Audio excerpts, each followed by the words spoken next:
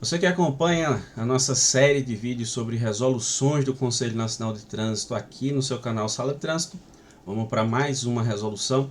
Dessa vez a resolução número 798 de 2020 do Conselho Nacional de Trânsito CONTRAN, que trata sobre a fiscalização de velocidade. Essa resolução 798 de 2020, ela revogou a norma anterior que tratava do tema, que era a resolução número 396 de 2011, e essa resolução 798 ela entrou em vigor em 1º de novembro de 2020, tendo sido alterada pela resolução número 804, também de 2020. Então vamos para os nossos comentários sobre o tema, sobre a resolução, fazendo aqui alguns apontamentos sobre os principais tópicos dessa norma.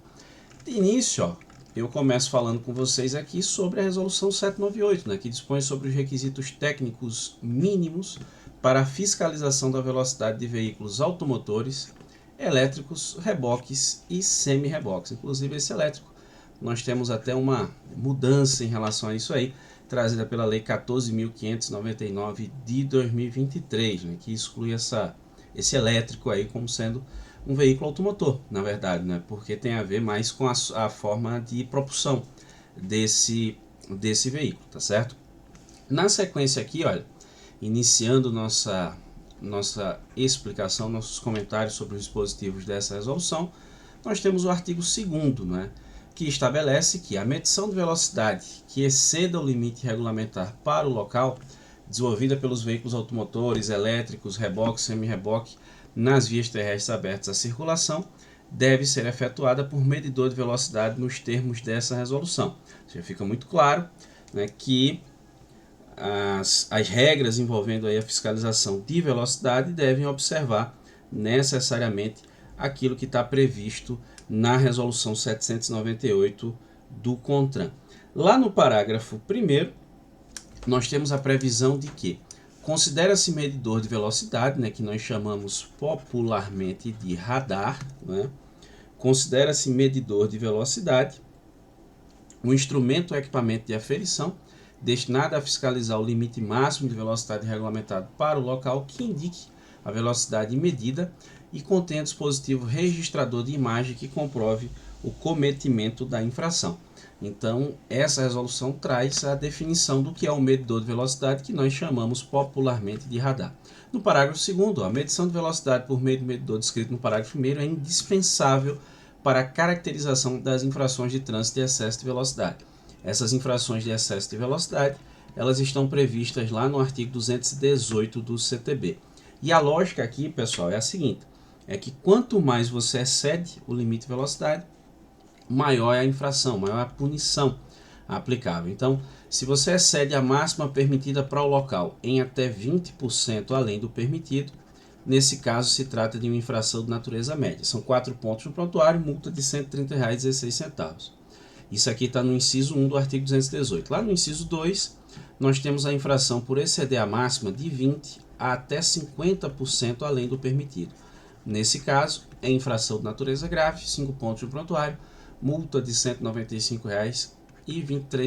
E lá no inciso 3 é quando excede o limite de velocidade em mais de 50% além do permitido. Nesse caso aqui, a infração é gravíssima, vezes 3, tá certo? Significa dizer que a multa é de R$ 880,41 e ainda está previsto para essa infração a aplicação da penalidade de suspensão do direito de dirigir pelo período de 2 a 8 meses em razão do excesso de velocidade. Aí lá na frente, conforme a gente for avançando aqui no conteúdo, vocês vão ver que tem umas regras ali em relação à medição dessa velocidade. Lá no anexo 3, tem as regras com relação à velocidade medida, velocidade considerada, para a gente chegar nesses cálculos aí e ver se enquadra como infração de natureza média, grave ou gravíssima. Vocês vão ver como é que funciona isso na prática, porque existe erro máximo admissível da legislação metrológica, que algumas pessoas chamam de margem de erro, Então, a gente vai dar ou margem de tolerância, a gente vai dar uma conferida nisso um pouquinho mais à frente. Na sequência aqui, olha, eu tenho o artigo 3º para vocês. Esse artigo 3º estabelece os tipos de medidores de velocidade, ou seja, os tipos de radares, No inciso 1 tem o radar do tipo fixo, que é um medidor de velocidade com registro de imagem instalado em local definido e em caráter duradouro, podendo ser especificado como controlador, que é o medidor de velocidade destinado a fiscalizar o limite máximo de velocidade da via ou do seu ponto específico, sinalizado por meio de placa R19, que é aquela placa de velocidade máxima permitida, por exemplo, 60 por hora. Ou o redutor, que é o medidor de velocidade obrigatoriamente dotado de display, destinado a fiscalizar a redução pontual de velocidade estabelecida em relação à velocidade diretriz da via, por meio de sinalização com placa R19. Então percebam que sempre há necessidade da existência de placa em trechos críticos, vocês vão ver o que é trechos críticos um pouquinho mais à frente, e de vulnerabilidade dos usuários da via. E temos também o tipo portátil, que é o medidor de velocidade com registro de imagem, podendo ser instalado em viatura caracterizada, estacionada, em tripé, suporte fixo ou manual, usado ostensivamente como controlador em via ou em seu ponto específico, apresenta limite igual, isso é importante, igual ou superior a 60 por hora. Então não se pode usar o medidor do tipo portátil em via que tenha menos de 60 por hora, e ele precisa ser ostensível, em outras palavras, ele tem que estar visível, né? Não pode estar ali escondido atrás de um poste, atrás de uma árvore, enfim, tem que estar visível. No parágrafo 1º, olha, considera display um painel eletrônico que exibe a velocidade registrada por medidor de velocidade do tipo fixo. E em vias com duas ou mais faixas de circulação no mesmo sentido, deve instalar um display para cada faixa, em ambos os lados da via, ou em pórtico ou semipórtico sobre a via, né? Então, quando você tem uma via com duas ou mais faixas de circulação no mesmo sentido, tem que ter um display para cada faixa, tá certo? No artigo 4º da resolução, está previsto o seguinte, algumas regras para o medidor de velocidade. Primeiro, requisitos metrológicos. Na linha A, ter seu modelo aprovado pelo Inmetro, atendendo à legislação metrológica em vigor e aos requisitos estabelecidos nessa resolução. Nesse caso, você vai olhar aqui para a portaria número 158. Aí que ficou o negócio meio... Portaria número 158 de 2022 do Inmetro, tá certo? Que é a norma, pelo menos, que trata do tema, tá bom? Ser aprovado em verificação metrológica inicial pelo Inmetro ou entidade por ele delegada. E na linha C, ser aprovada pelo Inmetro ou por entidade delegada em verificação metrológica periódica, 1 ano, né, de acordo com a regulamentação técnica metrológica vigente. No inciso 2, alguns requisitos técnicos. Olha, registrar a velocidade medida do veículo em km por hora, registrar a contagem volumétrica de tráfego, registrar a latitude e longitude local de operação e possuir tecnologia de reconhecimento óptico, né, de caracteres, que é o chamado OCR, para que ele possa fazer a leitura da placa. E no parágrafo único, as aprovações previstas nas alíneas B e C do inciso 1 poderão ser substituídas por procedimentos previstos em regulamentação metrológica vigente. No artigo 5º da resolução, cabe ao órgão ou entidade de trânsito com circunscrição sobre a via determinar a localização, sinalização, a instalação e a operação dos medidores de velocidade. No artigo 6º, a instalação e a operação dos medidores de velocidade tipo fixo deve atender aos seguintes requisitos. Para os controladores de velocidade, realizar levantamento técnico com periodicidade bienal para verificação ou readequação da sinalização instalada ao longo da via, na forma do anexo 1. Aí tem o anexo 1 da resolução que eu nem coloquei aqui no slide, porque esse anexo 1 ele traz o modelo ali, a forma como deve ser feito esse levantamento técnico, não é um tipo de estudo na verdade, mas ele chama de levantamento técnico, diferentemente dos redutores. Aqui você tem os controladores e o redutor ele chama de estudo técnico, e a periodicidade é anual, tem essa diferença. E aí ele precisa fazer esse levantamento ou estudo técnico para ver a questão da viabilidade naquele local. É a cada 2 anos, no caso do controlador, ou a cada ano, no caso do redutor, refazer esse estudo para saber se realmente está alcançando aquele objetivo. E perceba que os redutores, né, se colocam em trechos críticos, com índices de sinistros, né, ou locais onde haja vulnerabilidade dos usuários da via, de modo a se comprovar a necessidade de redução pontual de velocidade na forma do anexo 2. Não coloquei também, mas as regras ali para se desenvolver esse estudo técnico. E aí, no parágrafo 1º desse artigo, esses levantamentos ou estudos técnicos deverão ser refeitos sempre que houver readequação do limite de velocidade na via. A máxima era 40, agora passou a ser 50, então tem que ser refeito. Alteração na estrutura viária, foi mexido lá na estrutura. Mudança no sentido do fluxo, a engenharia decidiu mexer. A alteração na competência sobre circuncisão de via, caso de convênio, via cedida, enfim. Mudança do local do medidor de velocidade. Em todos esses casos aqui, o levantamento técnico e o estudo precisam ser refeitos. E no parágrafo 2º, Considera-se trecho crítico o segmento de via inscrito em área circular que concentre o número de sinistros com mortes e lesões no trânsito considerado significativo pela autoridade de trânsito com circunstância sobre a via, cujo raio é de 2.500 metros, né, 2,5 km no caso das vias rurais, e 500 metros nas vias urbanas ou rurais com características urbanas, que é aqueles trechos de rodovias que cortam o perímetro urbano, por exemplo. No parágrafo 3º, a previsão de que o levantamento técnico e o estudo técnico tem que estar disponível ao público na sede do órgão entidade de trânsito rodoviário sobre a via e também em seu site na rede mundial de computadores. Então você pode chegar lá no órgão de trânsito com circunstância sobre a via, de repente o órgão de trânsito da sua cidade, onde tem medidor de velocidade, e solicitar, olha, eu quero o levantamento técnico aqui sobre a instalação desse medidor de velocidade, ou procurar no site, porque percebam que o texto da lei é suficientemente claro quando ele diz que devem estar. Então, necessariamente, tem que estar disponível ali junto ao órgão de trânsito para que qualquer cidadão tenha acesso a essa informação.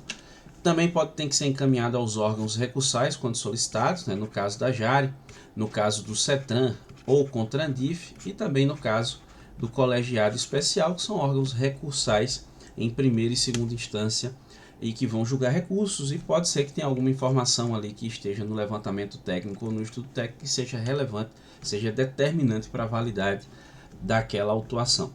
No parágrafo 4º, os medidores de velocidade do tipo fixo não podem ser afixados em árvores, marquises, passarelas, postes de energia elétrica ou qualquer outra obra de engenharia de modo velado ou não ostensivo.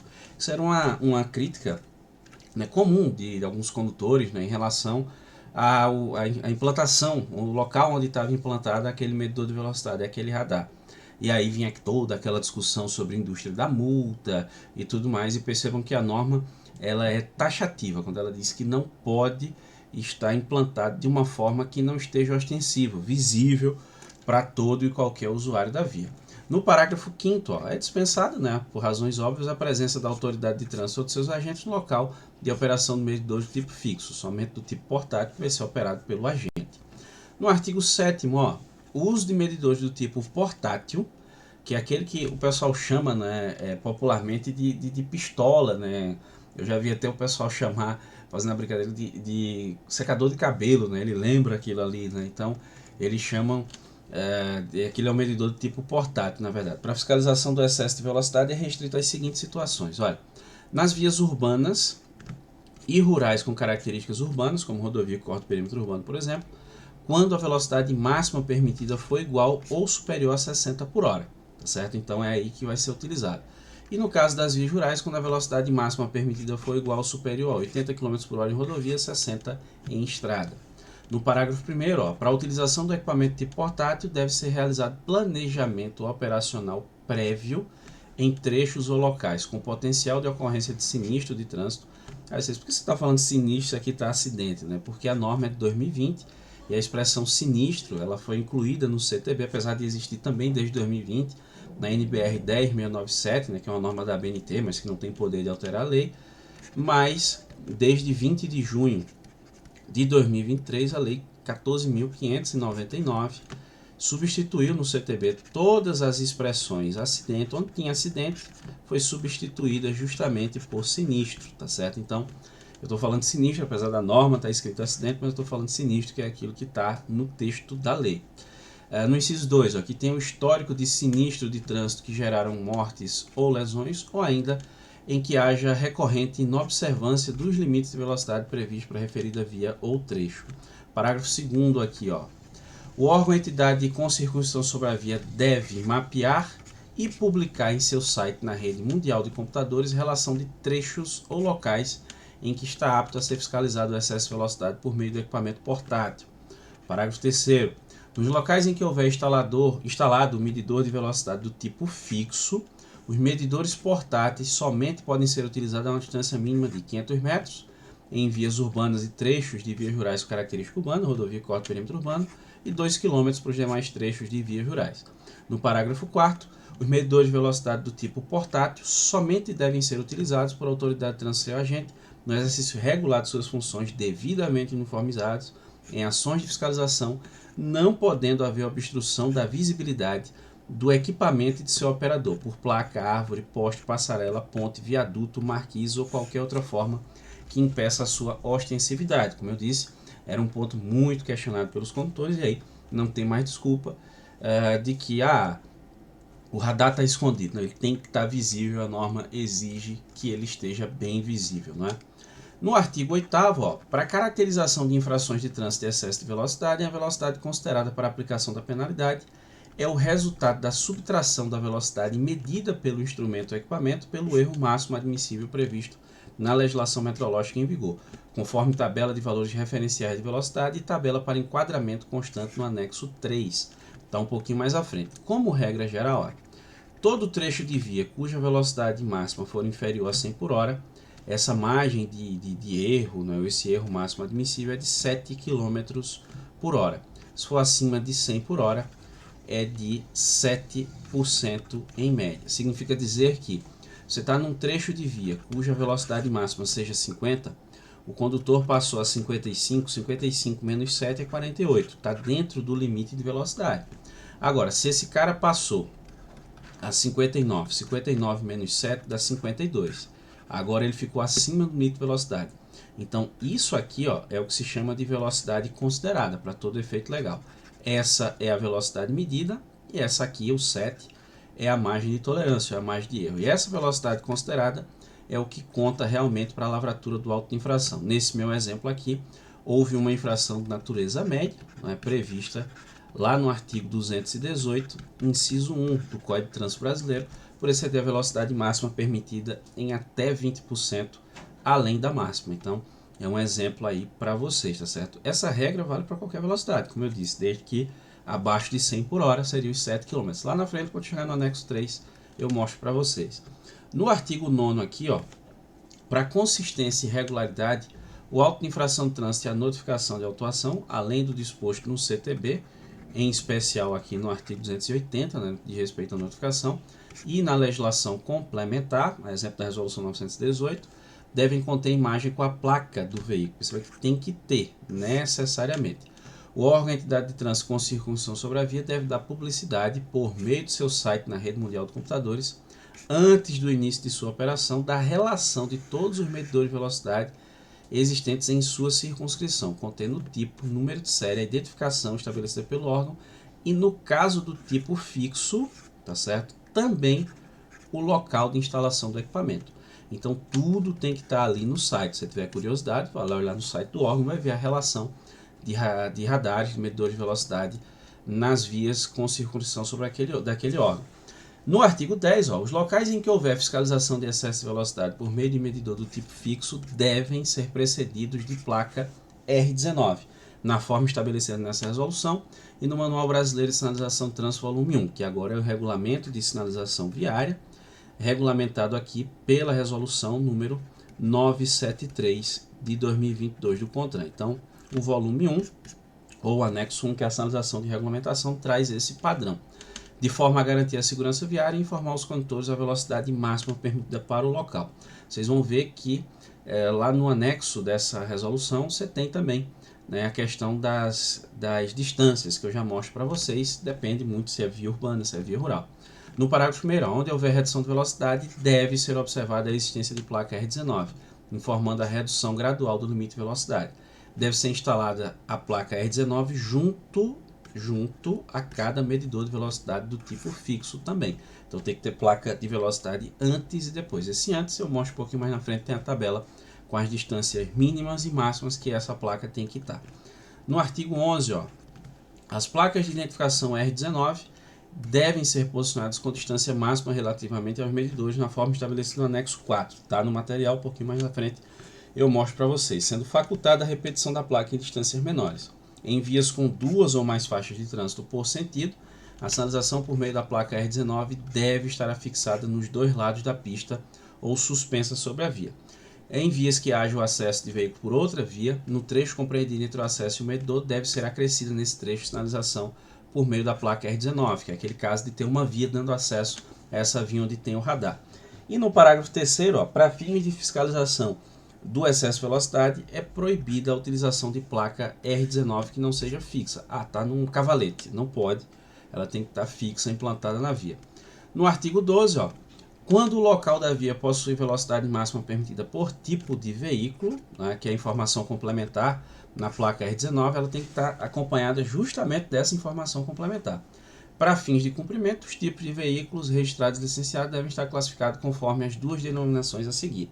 Veículo leve, o que é veículo leve? Um ciclomotor, motoneta, motocicleta, triciclo, quadriciclo, automóvel, utilitário, caminhonete e caminhoneta, com peso bruto total igual ou inferior ou igual a 3.500 kg. Né? Então, o máximo são 3.500 kg aqui de PBT, são considerados veículos leves. Já os veículos pesados, ó, ônibus, micro-ônibus, caminhão, caminhão-trator, trator de roda, trator misto, chassi plataforma, motocasa, reboque ou semi-reboque, combinação de veículos.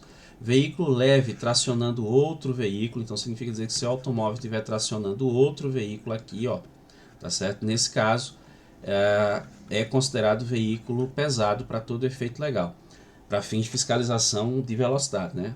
Ou qualquer outro veículo com peso bruto superior àqueles 3.500 kg. E pode ser utilizada a sinalização horizontal complementar, reforçando a sinalização vertical. Tem essa placa um pouquinho mais à frente, eu mostro para vocês. No artigo 13, ó, os requisitos previstos nessa resolução são exigidos, porque teve prazo aqui, ó. Na data de sua entrada em vigor, que foi 1º de novembro de 2020, para os medidores de velocidade novos ou os que forem reinstalados em local diverso do que se encontrava. E depois de 12 meses da data de sua entrada em vigor para os medidores em operação, teve um prazo para adequação. E depois de 18 meses com relação à imagem e à placa do veículo, no caso do sistema de notificação eletrônica. E no parágrafo 1º, ó, a observância dos requisitos técnicos previstos das alíneas C e D do inciso 2 do artigo 4º não se aplica aos medidores portáteis em uso até a data de entrada em vigor dessa resolução, que são as informações que devem constar. Está aqui o anexo 3, tá certo, da resolução, ó. Esse anexo 3, ele traz justamente uma tabela, é claro que está bem pequeno aqui, se você estiver vendo do celular, inclusive, vai ficar bem pequeno, mas aqui você consegue perceber essa diferença de 7 por hora, ó. Velocidade medida, por exemplo, olha, vamos pensar aqui, foi 59, ó. Velocidade considerada, 52, perceba que tem esse 7 de diferença. Eita, a máxima era 60, o sujeito passou a 65, velocidade considerada 58. Ah, ele passou a 68, velocidade considerada 61, e por aí vai. Tem essa tabela no anexo da resolução. E você sabe que a resolução, assim como o slide, né, ambos ficam disponíveis, o link dos dois, tanto o link da resolução 798 do CONTRAN quanto o link desse slide ficam disponíveis na descrição desse vídeo, caso você queira dar uma conferida na resolução de maneira mais detalhada, ou mesmo se você quiser esse slide, de repente ele pode te servir ali para consulta ou alguma apresentação que você vai fazer ou para anexar no seu material, enfim, você fica à vontade. Tem o link tanto da resolução quanto o link desse slide na descrição desse vídeo, tá certo? Aqui no anexo 3 ainda, ó, a tabela para fins de enquadramento, ele traz ali os exemplos de, se o limite máximo é 20 por hora, quando é que se configura infração média, quando é que ele passa a ser grave, quando é que ele passa a ser gravíssimo. A máxima é 60, ó, quando é que é infração média, quando dá 61 a menos 72. A grave, ó, 73 a 90, e a partir de 91 é considerado gravíssimo, então ele traz ainda essa tabela de enquadramento, que são uma tabela de valores referenciais aqui. No anexo 4, aquela intervalo de distância, né, em relação à sinalização de regulamentação para fiscalização de velocidade. Ó.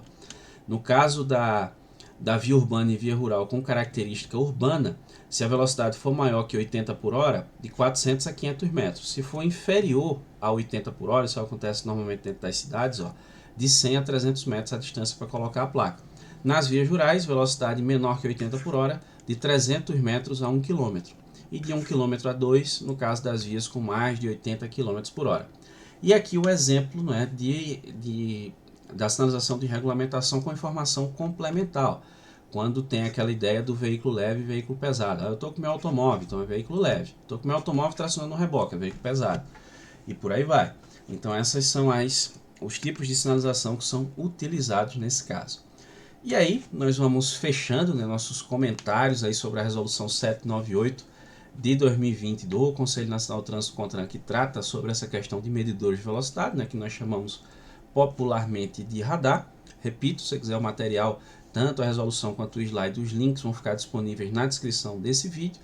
Se você ficou com alguma dúvida, se você concorda com algo, discorda de algo, fique à vontade, vá deixando nos comentários, que a gente vai trocando informação, discutindo e aprendendo todo mundo junto. Eu agradeço muitíssimo a você que me acompanhou até aqui, um grande abraço e até a próxima.